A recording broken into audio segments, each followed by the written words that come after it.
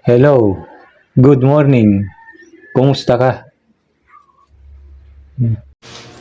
May gusto lamang po akong i-share sa inyo kung paano ako nakakapag-text o nakakapag-create ng message. Ang gamit ko po is voice typing. Pwede na rin magamit ito kung halimbawa kayo nagmamadali.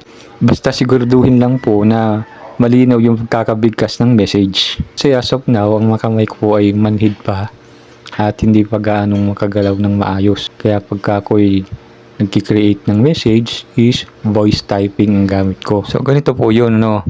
Pag tinap mo na yung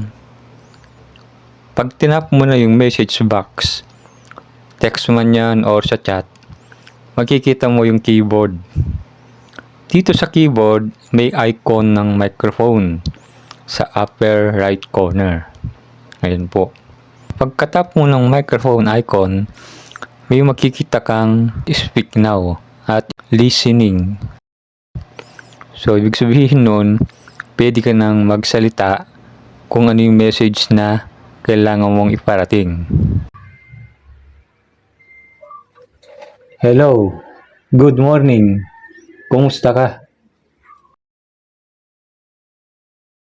Pagkatapos ay pindutin ang send button, ganun lang po kadali. Sir, paano naman po kung wala yung microphone icon sa taas ng keyboard? Ano po yung dapat gawin?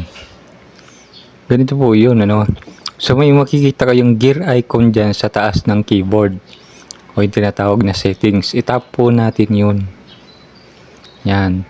So mapupunta po tayo dito sa settings at may makikita tayong voice typing. I-tap po natin yan.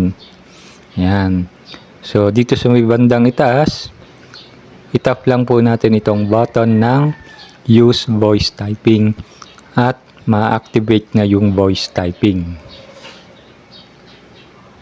So i-back po natin at makikita natin dito yung microphone icon at pwede na tayong mag voice typing. Sige Randy, pakidala na. Tapos isend lang po natin yung send icon. So hope na may natutunan po kayo.